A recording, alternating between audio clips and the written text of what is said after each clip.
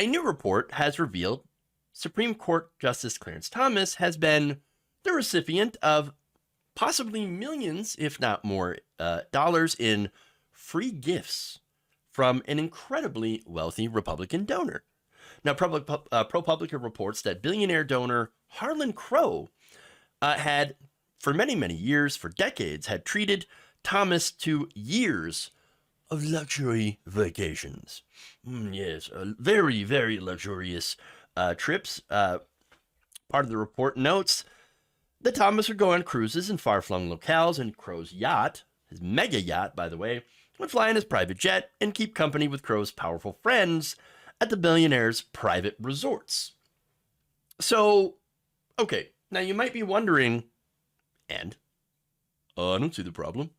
What are you talking about? He just went on trips with friends. Crow, he's just sharing his wealth. That's what's going on. That's it. Okay, but the issue here is transparency and trust in the court as an institution, which is incredibly low. Look, the report points out that for more than 2 decades, Thomas had accepted luxury trips virtually every year from the Dallas businessman without disclosing them. A public servant who has a salary of $285,000 a year, he has vacationed on Crow's super yacht around the globe, flies on Crow's Bombardier Global 5000 jet. I don't even know what that is. He has gone with Crow to the Bohemian Grove, the exclusive California all-male retreat. No, not going to do it. And to Crow's sprawling ranch in East Texas.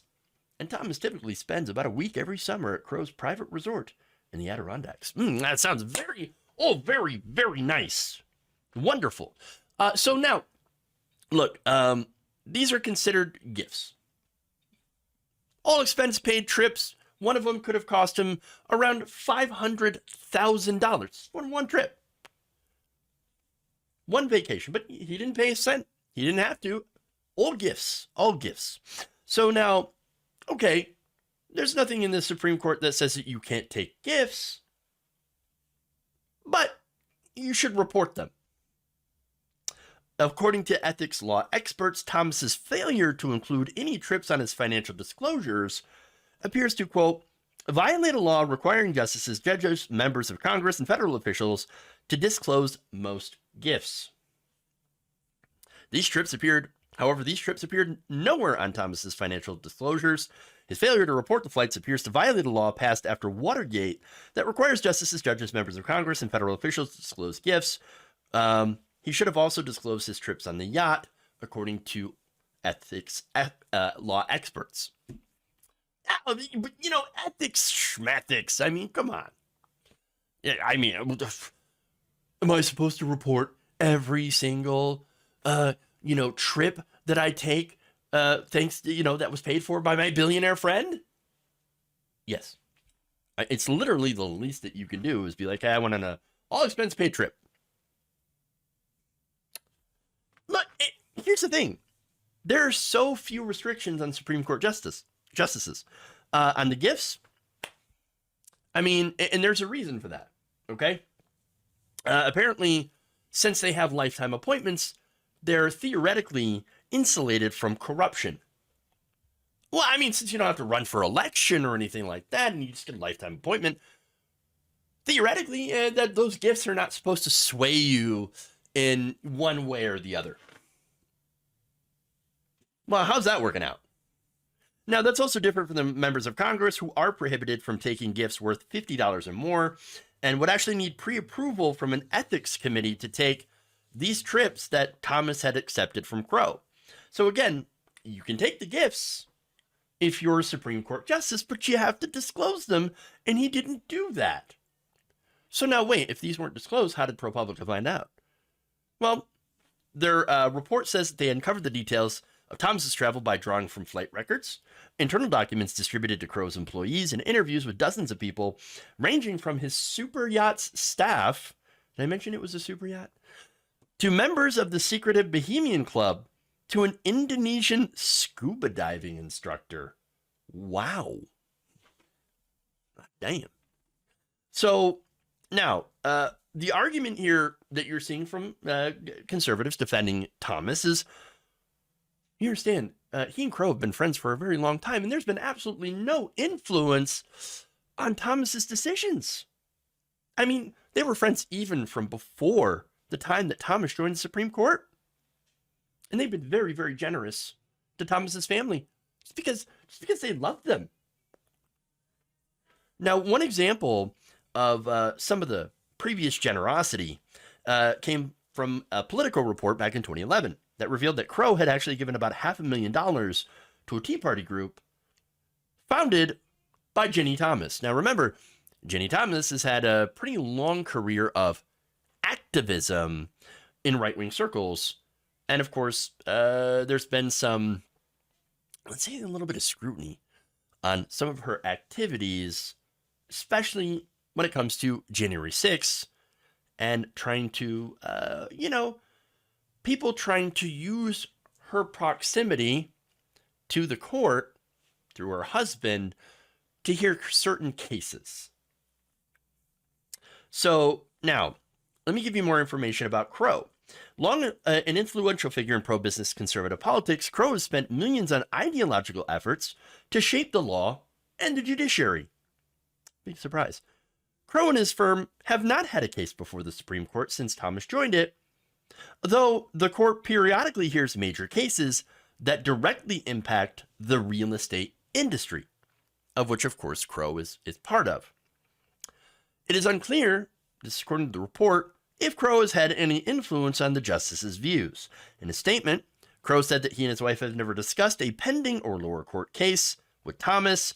Quote, "We have never sought to influence Justice Thomas on any legal or political issue." Okay, but then let me just ask why it was not reported. I mean, shouldn't it have been not an issue then for Thomas to report these as gifts? Again, it's the least that he can do. I can only think of one. Okay, I can think of two things. One, he's lazy. I don't know about that. No, I don't subscribe to that. Okay, I think really reporting this might look pretty bad for his image. I'm just saying.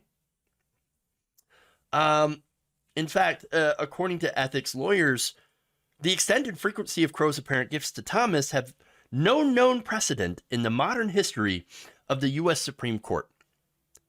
Yeah, maybe that's why. Because it's such a substantial amount of being essentially having every fancy trip subsidized by a wealthy billionaire friend. Looks kind of bad if you're on the court, especially if you're somebody who claims to be, I'm just a modern, kind of average, everyday guy, I don't really go, I prefer RVs in the Walmart parking lot. Yeah, it's something that he had said. Now, Nancy Gertner, a retired federal judge appointed by President Bill Clinton, said that, quote, on this, "It's incomprehensible to me that someone would do this." She said that when she was on the bench, she was so cautious about appearances that she wouldn't even mention her title when making dinner reservations. Quote, "It was a question of not wanting to use the office for anything other than what it was intended." Well, apparently, Clarence Thomas has no such scruples. Not at all. Like, he's just bathing in it. The money, the corruption. He does not care at all about the image of the court being corrupted. Virginia Cantor, a former government ethics lawyer who served in administrations of both parties, said that Thomas, quote, "seems to have completely disregarded his higher ethical obligations." No, really? Really? And I'm not making fun of her because I think she's absolutely astute in her, observation here. But yeah, he has no apparently ethical obligations at all. Ethics schmethics, he says. Now, Cantor, now a watchdog, now part of the watchdog group Citizens for Responsibility and Ethics in Washington, said, quote, "When a justice's lifestyle is being subsidized by the rich and famous, it absolutely corrodes public trust. Quite frankly, it makes my heart sink." I mean, it's kind of, for me, worse than that. So look, she mentioned that, yeah, it's a corrosion of public trust. Look, the court is already facing this huge trust deficit. And again, it largely has to do with, I think, the fact that former President Donald Trump was able to appoint 3 very conservative pro-corporate justices to the court. I mean, that's probably got something to do with it.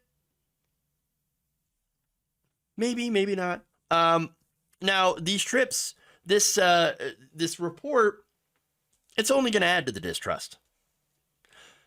Again, not only because Crow is a very influential Republican mega donor, but the fact that he is also connected to other mega donors and think tanks that are very ideological. Thomas's frequent vacations at Topbridge have brought him into contact with corporate executives and right-wing political activists. The report notes that during one trip in July of 2017, Thomas's fellow guests included executives at Verizon and PricewaterhouseCoopers, major Republican donors, and one of the leaders of the American Enterprise Institute, which is a pro-business conservative think tank. The outlaw also noted that a painting of Thomas at Topbridge, Crow's private lakeside resort in upstate New York, shows Thomas in conversation with Leonard Leo, the Federalist Society leader regarded as an architect of the Supreme Court's recent turn to the right. Now, look, I'm going to mention, as I did earlier, the fact that a lot of the Supreme Court justices that were appointed and by Trump and confirmed by Republicans and some Democrats as well were handpicked by the Federalist Society. One of them, Neil Gorsuch. Neil Gorsuch, remember, in one case, he had ruled that a truck driver named Alphonse Madden should have died instead of leaving his load during a snowstorm in sub-zero temperatures. So he was shipping meat and, again, ran into a snowstorm, was running low on fuel, bad directions and stuff. So he had to stop the truck and was in, again, I think it was negative 14-degree weather. There was no heat in his cab. He was getting hypothermia and decided, screw it, I'm going to disconnect and use what little fuel I have left to try to get someplace so I don't freeze to death. He did that, and then, eventually was able to fuel up, go back, pick up the load, which, by the way, there was a repair person that was also needed in that situation. So went back, loaded and basically finished delivering the load. The company fired him. So he sues, Madden sues, and eventually ended up in front of the 10th Circuit Court of Appeals, which Gorsuch was sitting on at that time. Now, of the 7 judges, 6 of them sided with Madden, saying, no, you shouldn't have to freeze to death, for a corporation. And they shouldn't fire you for choosing not to freeze to death. But Gorsuch said, no, you should have to freeze to death. We don't care. The corporation is more important than human lives. And you know what? The Federalist Society, the Chamber of Commerce, they looked at that and they said, yes, that's the guy that we want. That's the thing that we love. You must give your lives for the corporation, for the almighty dollar. Our dollar, not yours. So now, how this relates is, this shows you who the Federalist Society prefers to be on the courts. Now, look, Justice Thomas, he's also deeply pro-corporate. Now, with Thomas, of course, these corporations don't really have to bribe him because he's already on their side. He's always been on their side. Of course, he's in the club. And so these trips, these gifts, that's just the club showing him that, hey, you're one of us, so we're going to shower you with these gifts, which he should have at the very least, had, disclosed. But it's not just about Thomas. I think what the story illustrates is not only his massive, you know, like the fact that he does not care, does not give a damn about ethics or transparency, but it's actually about how, unfortunately, the judiciary itself isn't insulated from corruption at all. In fact, conservatives have made sure that very pro-corporate justices be placed in the court. And that goes all the way back to 1971 with the Powell Memo. So now that basically is the blueprint for corporations to take over the country. And that blueprint worked better than they could ever imagined. And in the memo, there was all sorts of different things that they suggested that the right take over for corporations. For example, the right, they said, should go after journalism, the media, which now we have corporate media, academia, the arts and sciences, politicians, which they've been very successful at, and yes, the courts, to turn them all to be pro-business. The memo stated that the judiciary may be the most important instrument for social, economic, and political change, and they're right. They were more right than you could imagine. The writer of that memo, look, Nixon sees the memo and he says, oh yeah, that's the guy. We're going to put that guy in the court. And that's what happened. And right afterwards, the court made two very, very consequential decisions that opened the floodgates of corruption into our political system. One was Buckley Valeo, which decided that government restriction of independent expenditures in our elections violated the First Amendment. So you try to restrict campaign spending. No, that violates the First Amendment. And then in a 1978 ruling, in the case of First National Bank of Boston versus Bilotti, it said the right to attempt to influence the outcomes of elections is actually one of the primary rights the First Amendment was meant to protect, and that now corporations have that right. The same as if they are a human person.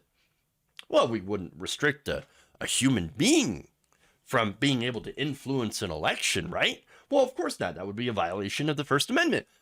Well, corporations, they're also considered to be human beings. You know, they're artificial persons constructed. Why shouldn't they also have First Amendment speech rights? And by the way, can also do independent expenditures.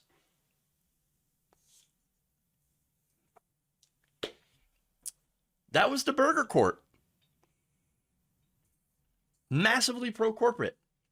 And opened the way for the type of corruption that we have now, today. Is there any surprise that now, the result of all this is the fact that we now have a court and a government that is extremely pro-corporate and anti-worker and anti-consumer? Look, the fact that there's money in politics, that corporations can and do illegally bribe politicians who then get elected and then decide who sits in the court, that's how this corruption happens. Tom is sitting there and taking all these gifts and then again ruling, very pro-corporate in his decisions and anti-worker, anti-labor. That's the result of this. And not to mention all the terrible decisions that he's made on the social side. This is why very, very few people in this country now trust the judicial branch as it exists. Just 47%, according to a recent Gallup poll, trust the courts. Only 40% approve of the job the U.S. Supreme Court is doing right now, which is actually tied for a record low. And that's because a lot of us know, and I think those numbers will continue to get, unfortunately, bigger as far as distrust going higher and job approval going lower as people continue to see who the court really serves. They serve the interests of business and not human beings. And that's because the institution itself has been corrupted. And Thomas, this latest thing is just an example of that.